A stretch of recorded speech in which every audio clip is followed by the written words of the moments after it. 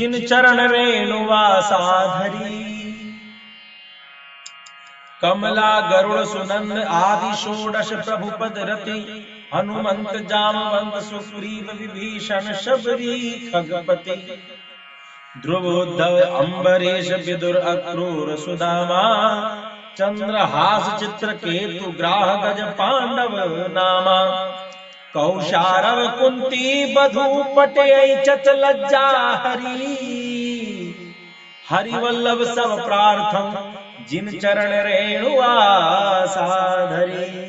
गोस्वामी नावादास जी क्या कहते हैं कि मैं किनकी प्रार्थना करूं, तो पहले वैकुंठ के पार्षदों को प्रणाम कर लिया। भक्तों की श्रृंखला कहां से हो रही है? वैकुंठ से नीचे आ रहे हैं ना, बात समझ में आई? वैकुंठ से नीचे क्यों? तो वैकुंठ के पार्षदों को गिन लिया। पहले द्वादश भागवतों को, जिनका विशेष चर्चा है सभी कुलों में, दैत्य कुल में, मानव कुल में, इन सब की गिनती किया। फिर उसके बाद किसका वर्णन किया? जो 16 पार्षद है। अब किसका वर्णन कर रहे हैं? तो अब वल्लभ कर, यहाँ पर वल्लभ कर रहे हैं फिर से। एक इसको हम गुरु, जैसे गुरु परंपरा है वैसे भक्त परंपरा का गायन कर रहे हैं।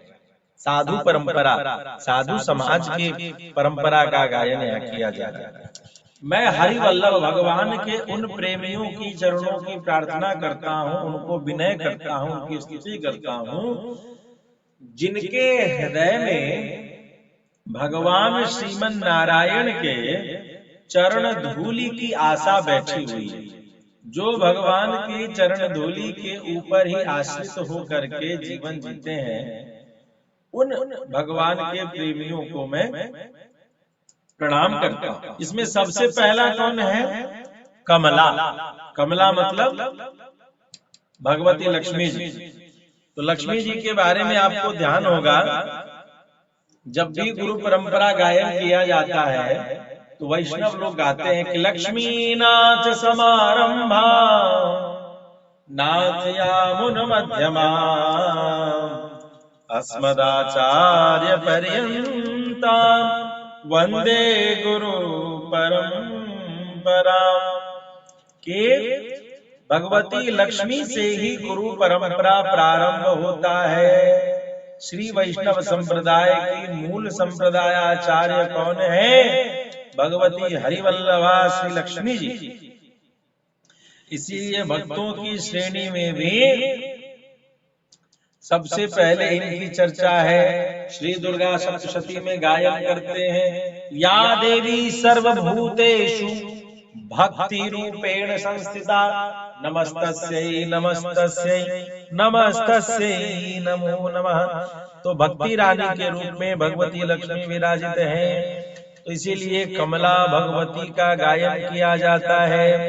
आप श्री धाम मिथिला में जाएंगे, श्री अयोध्या में जाएंगे तो वहां एक भजन गाया जाता है, कीर्तन गाया जाता है, कमला विमला मिथिला धाम अवध सरजू सीताराम, जो संतों के समाज में गायन किया जाता है। तो पहली गिनती की कमला जी की, इसमें 23 भक्तों की गिनती इस छप्पे में किया गया। कौन कौन से? पहले कमला लक्ष्मी मैया, और दूसरे गरुड़ जी हैं। दूसरे कौन है?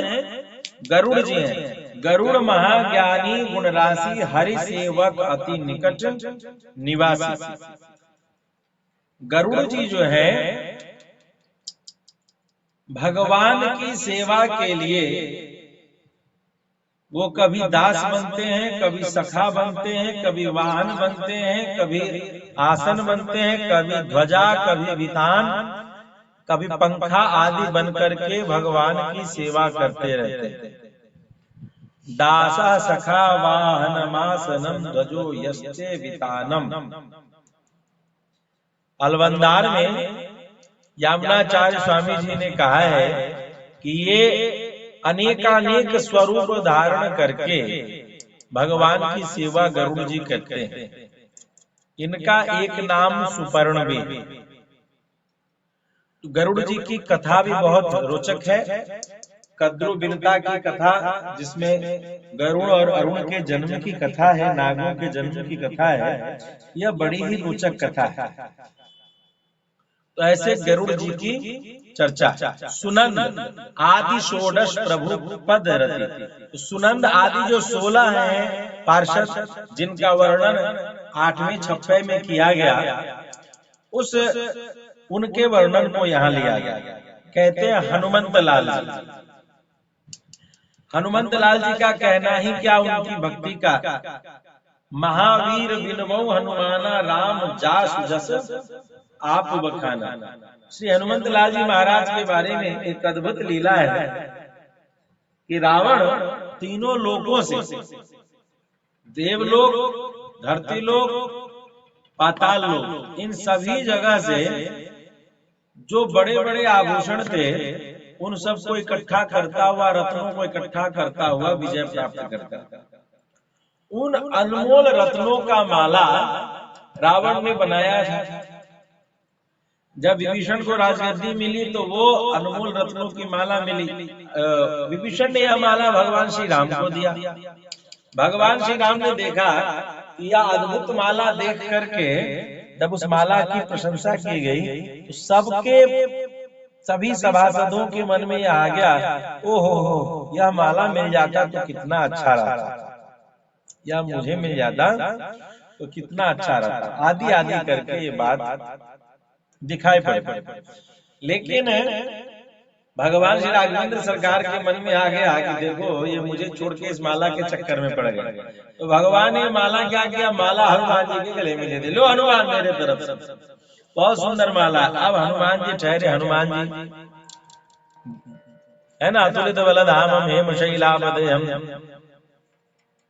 धनुजवन कृशाणम ज्ञानिनाम अग्रगण्यम सकल गुण निधानम वानराणाम अधीशम रघुपति प्रिय भक्तम वात जातम नमामि। ऐसे हनुमंत लाल जी महाराज अतुलित बलधाम तो ही है और साथ में ज्ञानिनाम अग्रगण्य भी है। बल और ज्ञान दोनों के मूर्तिमान स्वरूप।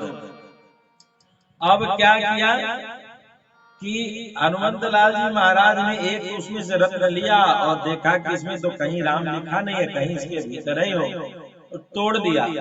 तोड़ करके उसके भीतर में रत्न को खोजने की चेष्टा की। तो वहां कहते हैं रतन अपार सार सागर उधार किए, लिए हित चाय के बनाई माला करी है, सब सुख साज रघुनाथ महाराज जो को भक्ति सो विभीषण जू आनी भेंट धरी। सवा ही की चाह अवगाह हनुमान करे डारी दई सुधी भई मति अरबर। राम बिन काम कौन फोरी मणि दीन है डारी। फोड़ करके मणि को देखना चाहा, खोली त्वचा नाम ही दिखायो बुद्धि हरि।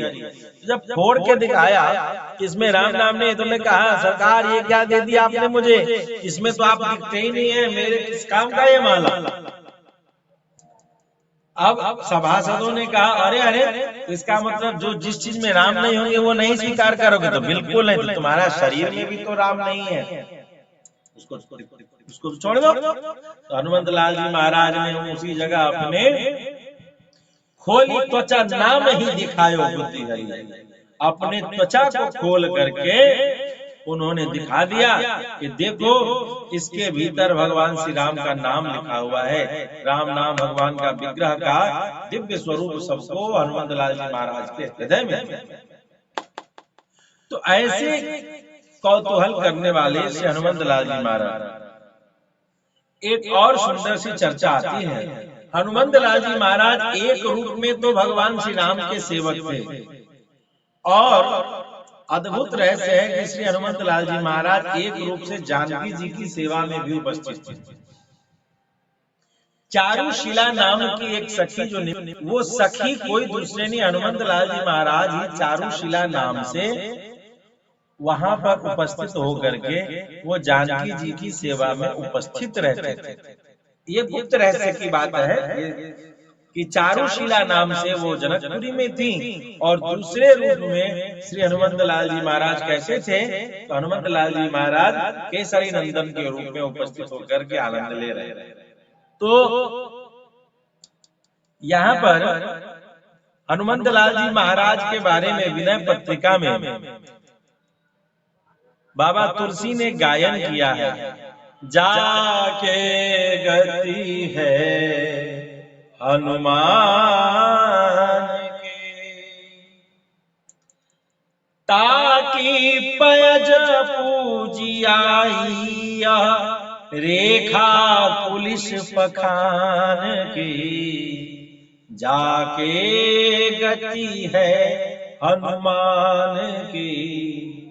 जिसके हृदय में श्री हनुमत लाल जी महाराज के प्रति प्रेम है, उसके पैरों की पूजा होती चली आती है। यह बात कटती नहीं, तो कैसे नहीं कटती है? तो जैसे किसी पत्थर पर वज्र की लेख से लिख दिया गया हो, ऐसी अकाट्य बात है कि जो हनुमान की सेवा करेंगे उनका पैर पूजा जाएगा। ठीक है। अघटित घटन सुघट विघटन, ऐसी बिरुदावली नहीं आन के, सुमिरत संकट सोच विमोचन, मूर्ति मोद निधान के। अघटित घटन, जो अघटित है, जो असंभव लगता है वह घट जाए, और सुघट विघटन, जो आपदा बहुत आसानी से आने वाली हो, उस बड़ी से बड़ी आपदा को भी हनुमत लाल जी महाराज यूं दूर कर देते हैं। ऐसी किसी की बिरदावली और ऐसी किसी की लीला गायन करने को नहीं मिलती। सोचते ही संकट मोचन हो जाता है, संकट का नाश हो जाता है। विमोचन मूर्ति मोद निधान के, मंगल के भंडार मंगल मूर्ति मारुति नंदन, ऐसे श्री हनुमत लाल जी महाराज हैं। आगे कहते हैं कि हनुमत लाल जी महाराज की सेवा करने का फल क्या है? तो तापर सानुकूल गिरिजाहर, लखन राम श्री जानकी, तुलसी कपि की कृपा विलोकनी, खानी सकल कल्याण की। तापर सानुकूल गिरिजाहर, जो हनुमत लाल जी महाराज की सेवा करेंगे उन पर शिव शिवा भी प्रसन्न हो जाते हैं, उन पे लखन लाल जी भी प्रसन्न हो जाते हैं, उनको राम जानकी की भी प्रेम की प्राप्ति हो जाती है। तुलसी कपि की कृपा विलोकनी, खानी सकल कल्याण की। तुलसी बाबा कहते हैं कि मुझे तो हनुमत लाल जी महाराज की कृपा ऐसी दिखती है जैसे लगता है सारे सकल कल्याण का खान श्री हनुमत लाल जी महाराज ही हैं, है ना। तो इस प्रकार से हनुमत लाल जी महाराज की बिरदावली गाई गई। आगे कहते हैं जामवंत, 9वें चप्पे में 5वें भक्त की चर्चा है। जामवंत जी, जामवंत जी श्री ब्रह्मा जी के अवतार, उनके अंश से अवतरित है। और जामवंत जी की अवस्था क्या है? तो जामवंत जी सतयुग में ही, जब भगवान वामन रूप में अवतरित हुए थे, उसी समय जामवंत जी वहां उपस्थित थे। राजा बलि के यज्ञ में भगवान वामन ने जो राजा बलि को 3 पग में उनके समस्त संपत्ति को छीन लिया था, उस लीला के देखने के लिए जामवंत जी वहां उपस्थित थे। बलि बाधत प्रभु बाढ़, सो तनु बरनी न जाए, उभय घड़ी महदीनी, 7 प्रदक्षिण धाई। अर्थात वहां जामवंत जी उपस्थित हैं, और जामवंत जी ने वामन भगवान की भी लीला का दर्शन किया। तो ऐसे जामवंत जी जो भगवान के मंत्रिमंडल के रूप में थे, प्रधानमंत्री के रूप में थे, ऐसे जामवंत जी को भी यहाँ गायन किया गया कि जामवंत जी की कथा वामन भगवान के साथ तो है ही, भगवान श्री राम के साथ है ही, लेकिन साथ ही साथ भगवान कृष्ण के साथ गुफा में समंतक मणि की कथा की लीला में उनके युद्ध की भी चर्चा है। और जब भगवान से पराजित हो गए तो उन्होंने जामवती अपनी बेटी का विवाह भगवान श्री कृष्णचंद्र के साथ करा दिया। आगे कहते सुग्रीव जो कपिपति थे, ये सूर्य भगवान के पुत्र कहे जाते हैं, है ना। सुग्रीव सुकंठ जी से, जिनसे प्रभु की मित्रता की कथा सुनने को मिलती, ये जानकी जीवन भगवान श्री राम के प्राण थे और पांचवें भाई के सदृश इनको स्थान माना जाता है। एक बार की बात है, विभीषण के प्रसंग में जब सुग्रीव जी मंत्रणा करने बैठे श्री राम से, तो भगवान श्री राम ने वाल्मीकि रामायण में बहुत सुंदर उपदेश दिया। जब यह शंका उठी कि वह शत्रु का भाई है, कभी भी धोखा दे सकता है, तो भगवान श्री राम मुस्कुराने लगे और उन्होंने सुग्रीव से अद्भुत बात कही, हे सुग्रीव, मैं भरत जैसा भाई कहां से खोज के लाऊं? हे सुग्रीव, मैं भरत जैसा विश्वासी भाई कहां से खोज के लाऊं? हे सुग्रीव, मैं तुम्हारे जैसा मित्र कहां से खोज के लाऊं? हे सुग्रीव, मैं राम जैसा बेटा कहां से खोज के लाऊं? यानी ये तीन अनुपम उदाहरण बताए। एक तो सुग्रीव जैसा मित्र नहीं।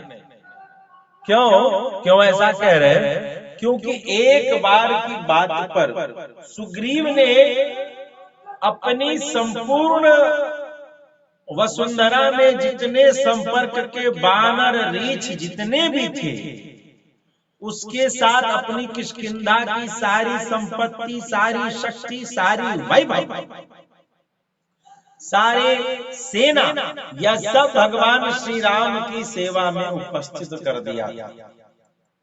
ऐसा कौन मित्र होगा जो अपने मित्र के लिए अपना सर्वस्व समर्पित कर दे? और यही नहीं, किसके विरोध में युद्ध है? तो रावण जैसे प्रबल योद्धा के विरोध में सुग्रीव अपने समस्त संपत्ति, समस्त वैभव के साथ आज श्री राम के साथ उपस्थित है। तो मृत्यु को समक्ष उपस्थित जान करके भी जो सुग्रीव डरा डरा किष्किंधा में छिपा रहता था बाली के डर से, वही सुग्रीव भगवान श्री राम के प्रेम में निडर होकर के सब कुछ लेकर के आज उपस्थित है। तो सुग्रीव जैसी भक्ति देखने को कहाँ मिलेगी? अर्थात वह निर्भय पद में होकर के अपने आगे के शेष जीवन को जीता।